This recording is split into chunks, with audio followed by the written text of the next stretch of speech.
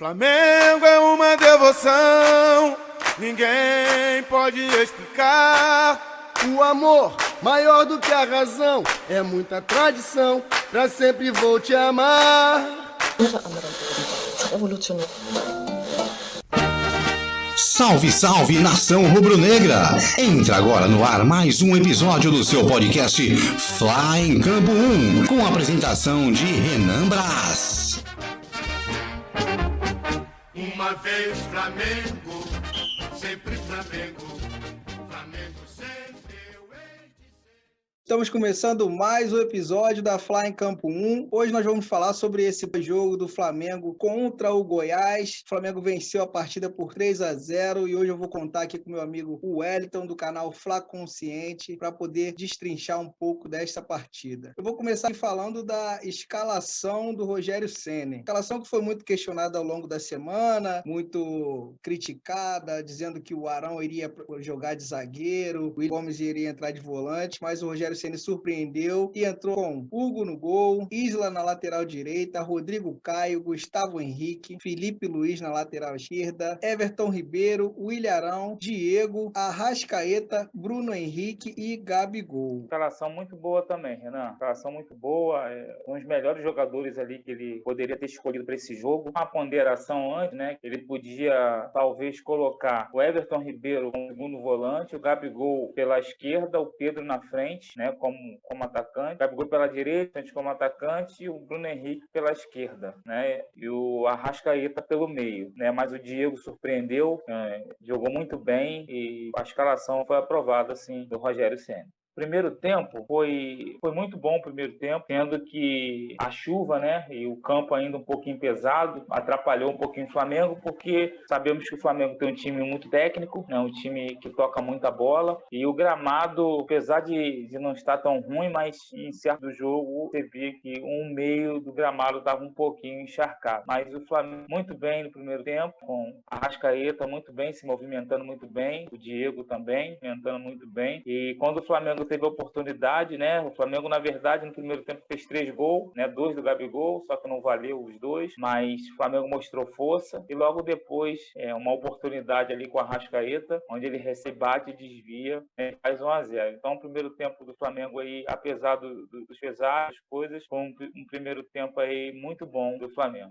Foi um primeiro tempo bom, né? Até acima do esperado, como você falou, devido ao tempo chuvoso, né? O campo pesado, os jogadores, principalmente Everton Ribeiro, jogadores que conduzem bem a bola, tendo muita dificuldade, mas o Flamengo mostrou muita força de vontade e dedicação. O que eu gostei foi a atitude do time, atitude diferente do que estava antes. Sevilla verdadeiramente entrou para fazer um bom jogo e eu acredito que se não tivesse essa chuva, né, se o campo não tivesse pesado, o Flamengo conseguiria sair nesse primeiro tempo com mais gols, né? Fez até 3 gols, por detalhes o Flamengo não sai com 3 gols nesse primeiro tempo. Melhor jogador do primeiro tempo aí foi o Arrascaeta, pelo gol que ele fez, né? E Diego na sombra dele, que também foi muito bem, mas aí eu dou o voto aí pro Arrascaeta. Falando aí do segundo tempo, o Flamengo retornou muito bem no segundo tempo, veio para cima, continua na mesma pegada, que um ponto muito positivo, né? Que nas últimas partidas o Flamengo ia para o intervalo e quando voltava parece que era outro time, né? Nesse jogo o Flamengo voltou com a mesma intensidade, com a mesma pegada, indo para cima e mostrando muita atitude. Concordo com você, Renan, e acredito também que tem muito a ver com o vestiário. Creio que os jogadores chamaram a atenção um do outro e a gente vê logo no primeiro lance, né, o Bruno Henrique com ímpeto na frente, com velocidade para poder querer matar o jogo. Então você vê que o Flamengo não queria dar os moles que você bem lembrou, né, contra o Fluminense principalmente. O Fluminense também, o Flamengo virou ganhando de 1-0 e no segundo tempo foi irreconhecível, um time que parecia que ia ganhar o jogo a hora que quiser, e o Flamengo volta nesse jogo contra o Goiás com uma postura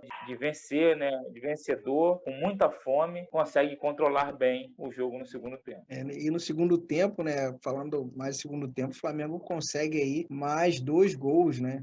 Segundo gol, onde o Flamengo ele pega um contra-ataque, né? Bruno Henrique. O zagueiro do Goiás escorre o Henrique muito rápido, entra na frente do goleiro, vê Gabigol entrando, dá para trás e Gabigol ajeita para ele não bater de primeira, ajeita a bola com inteligência e toca gol, aí fazendo o gol do Flamengo, né? Dando tranquilidade. Aí o Flamengo começa a tocar a bola, o Rogério Ceni faz as mexidas para mim certa, onde ele descansa os jogadores para a próxima partida que temos aí muito importante, onde entra os jogadores e administra a partida. No finalzinho aí a gente consegue numa roubada de René, onde ele acha o Pedro tira o zagueiro de letra e bate do contrário do goleiro do Goiás. Melhor jogador do segundo tempo, aí eu já dou o voto para o Diego, né, que permanece no, né, o Arrascaeta ele sai e o Diego ele corre o jogo inteiro, né, tanto no primeiro tanto no segundo tempo. Como no primeiro tempo eu dei para o Arrascaeta pelo gol, no segundo tempo eu dou o melhor jogador aí para o Diego por ele permanecer até o final. O Diego realmente surpreendeu, para mim surpreendeu tanto no primeiro quanto no segundo tempo. Ele foi fundamental para essa vitória do Flamengo. Ele assumiu a liderança, a braçadeira, eu acho que era o que o Flamengo precisava. Alguém para ser líder dentro de campo, não só com o nome, mas com a força de vontade, né? Tu via ele correndo ali com uma intensidade, os comentaristas até elogiando ele pela idade que ele tem, né? Ele superou as expectativas. Fazendo uma ressalva aí também, né, eu quero aí ressaltar também a excelente partida do goleiro do Hugo, que quando as bolas chegaram até ele, algumas difíceis, ele foi muito bem firme. O Flamengo também, eu queria ressaltar isso, voltou a bola, muitas bolas atrasadas, né? O Flamengo tinha parado com isso, nesse jogo fez, e ele sempre estava todas para frente, com segurança, fazendo isso. Também ressaltar a partida do Gabigol também, né? A gente não pode correu muito, quando teve oportunidade, fez o gol dele, né? Fez 3, na verdade fez 3 para valer 1, não que os outros 2 foi injusto, né? Os outros 2 foi bem sim anulado e teve a oportunidade ali numa bola de Bruno Henrique ali, fazer ele e hoje. É isso aí, o Mengão dando alegria pra gente, fazendo a gente sonhar. Muitas pessoas já estavam duvidando que o Flamengo poderia se reerguer e essa talvez possa ser a partida aí que dê um novo fôlego pro Flamengo e para nós torcedores, né? E a gente já de cara vai ter um desafio aí contra o Palmeiras e eu quero deixar aberto um palpite aí. Qual o seu palpite pro próximo jogo, Flamengo e Palmeiras? O Flamengo foi bem hoje contra o Goiás, mas é um jogo totalmente diferente, onde o Flamengo vai ser mais exigido. Eu acho que ainda passa em segurança ainda a parte defensiva do Flamengo. E o Palmeiras tem jogado as ligações diretas, né? Tem saído muito rápido com o Luiz Adriano, né? Ali pelo